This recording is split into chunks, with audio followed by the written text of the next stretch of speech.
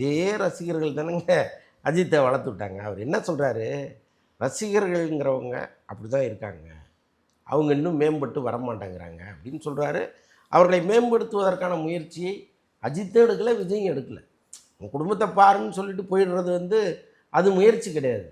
நீங்கள் என்ன பண்ணுனீங்க அவங்கள? உங்களுடைய படம் என்ன பண்ணுச்சு? அஜித் படம் இப்போ விஜய் படம் எப்படி இருக்கோ அதே மாதிரி தானே அஜித் படமும் இருந்துச்சு.